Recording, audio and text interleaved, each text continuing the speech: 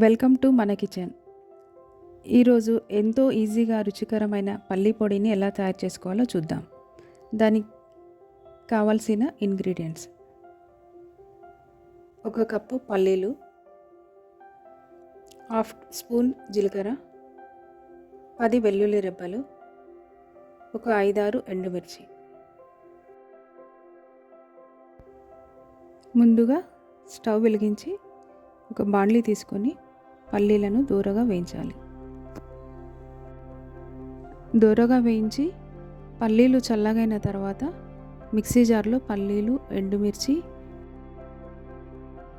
వెల్లుల్లి, జీలకర్ర, రుచికి సరిపడా సాల్ట్ వేసుకొని మిక్సీ పట్టాలి. ఎంతో రుచికరమైన పల్లి పొడి రెడీ.